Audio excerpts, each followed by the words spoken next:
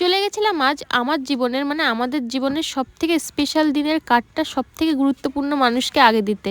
আমি ভেবেই রেখেছিলাম যে যখন এটা হবে সবার আগে ওনাকেই দেবো, আর এটা দিতে পেরে না আমার মনে যে কী শান্তি হচ্ছিলো সেটা আমি বলে বোঝাতে পারবো না।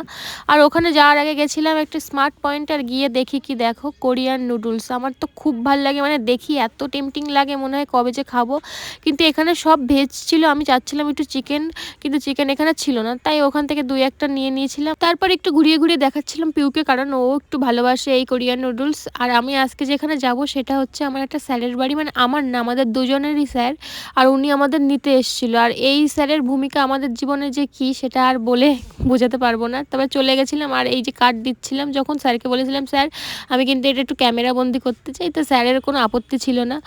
আর ইনি যে মানে ভগবান আমাদের কাছে, আমরা যারা এনাকে চিনি তারা সবাই জানে ইনি ভগবান, মানে বলে বোঝাতে পারবো না ওনার ভূমিকা কত। ওনাকে তো আমি পুরো আমার বাবার মতোই দেখি। তারপরে ও দিয়ে দিল কার্ডটা, আর স্যারের মুখে হাসি দেখে বুঝতেই পারছো স্যার কতটা খুশি, বারবার এটাই বলছিল স্যার। আর স্যার আর ম্যাম মিলে এত কিছুর আয়োজন করেছিল কি বলবো, সব নিজের হাতে ম্যাম রান্না করেছিল। আর এইদিকে দেখো ভাইকে, ইনি যেমন মিষ্টি তেমন দুষ্টু। আর ইনার আর আমার মধ্যে বড় একটা মিল হচ্ছে, ওরও 5ই সেপ্টেম্বর জন্ম, আমারও 5ই সেপ্টেম্বর।